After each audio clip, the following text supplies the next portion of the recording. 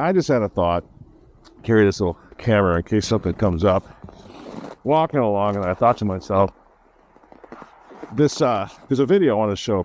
Somebody just sent it to me of Tom Holman talking about Francis and the border. Well, let's just take a look at it. Look at how it's worse for the Pope. He wants to attack us from securing our border. He's got a wall around the Vatican, does he not? So he's got a wall around to protect his people and himself, but we can't have a wall around the United States. So I wish he'd stick to the Catholic Church and fix that and leave border enforcement to us. I just think it's very ironic, the hypocrisy going on. But more importantly, and this is the conversation I would love to get started, somebody has to start getting serious about the traditional Catholic contention that the destruction of the Catholic Church and their human element provides or presents a threat to the entire stability of the world. And it certainly does. And the illegal immigration problem is a great example of that. I mean, we can all name 15, 20, 30 saints who lived in impoverished circumstances, in terrible economic times in the past. Did they go run away from home and jump walls and become criminals and break into somebody else's country? No, they stayed with family. They stayed with their family. St. Bernadette of Subaru, whoever, pick your favorite saint. St. Germain. They stayed with family. They became saints. They became heroes, right? Dealing with the conditions as was going on. And part of the reason they could do that was because the Catholic Church was there with true charity, with the parish being the center of everything, with people contributing and helping each other in a Christ-like fashion, because they saw everybody, all of their fellows, as soldiers, as temples of the Holy Ghost. And so you took care of each other in a Catholic and a Christian community. Well, see, that's been destroyed when Vatican II and the modernist revolution decide, well, we need to change everything, turn the priests around, turn the whole ideology around. Now we too we're working on our brotherhood of man. We're going to take care of the poor. Honestly enough, they can't even do that without massive scandals like with Caritas, sex scandals, financial scandals. They can't even do that, right? Taking care of the poor. But in general, the monasteries are gone. The sisters are mostly gone. The monks are mostly gone, other than in traditional Catholic circles. Francis is helping to bury them like King Henry VIII. And as a result, you don't have not only that true Christian spirit of the Catholic Church. Remember, I always say Catholic Church built the hospital system, built the education system, built the Catholic the universities, period, the whole system of higher education, built the orphanages, the schools, the soup kitchens, right?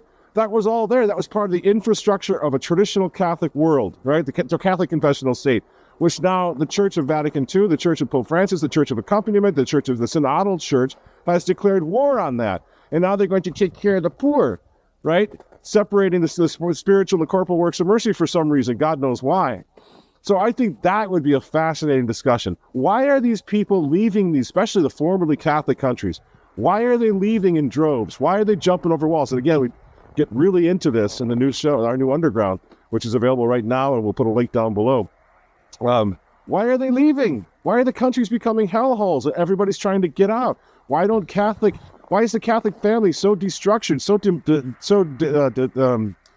destabilized that it can't support itself anymore? If Francis wants to bless gay couples, and Francis wants to go ahead and get the whole annulment industry is out of control, the Catholic family doesn't stay together, the nucleus of society, that's what used to sustain people, so they didn't have to go do frantic and horrible and desperate things like run off and jump over a fence somewhere and start beating up cops and becoming criminals immediately upon landing in somebody else's country. The family used to prevent that. So why isn't Francis and company? Why aren't they trying to work on restoring the Christian family? Because that would take care of the whole problem. You know, I mean, I grew up that way. We grew up right here in St. Paul, just down the freeway a bit. Every single family, 8, 9, 10 kids. Nobody had 2 pennies to rub together. Nobody had any money. But those communities were strong, and they weren't riddled with criminals. We didn't become criminals. We all grew up like our fathers did. We married our wives. We began to have our kids, right? Without money, without the state, without anybody interfering, right? Or worse, without the nanny state, anybody trying to buy us, pay for us, make us controlled and indebted to them forever. These are the questions, if you ask me. I totally agree with Tom Holman. Like, what the heck is the Pope doing? He's messed everything up. I'm not talking about Francis now. The Church, over the past 75, 80 years, has completely surrendered. The Catholic countries have collapsed all over the world. They're hemorrhaging their people, their young men, from broken families that the Catholic Church doesn't even seem to care about anymore, that families don't stay together. You know what I mean? Like this is the problem. The infrastructure of Catholic confessional, Christian confessional states prevented all of the chaos that we see going on right now. And there's nobody in the Vatican that seems to give a rip about it. Instead, they're God-bothering people like Donald Trump and J.D. Vance and saying, how dare you not consider the other? You need to take those walls down and build bridges. Fake and gay. Fraud is what it is. And we know that that's what it is. So I hope you'll, that just struck me. Tom Holman is absolutely right, but there's more to the story. Why are all these people leaving their countries? It's because they're no longer Catholic. And if they're not going to identify as Catholics, if they're not going to follow God's law, if they don't care about heaven, hell, death, and judgment, right? As they don't anymore because of the church. Why? So they don't care about natural law. Why are they going to care about international law when it comes to borders and countries? You see, they don't.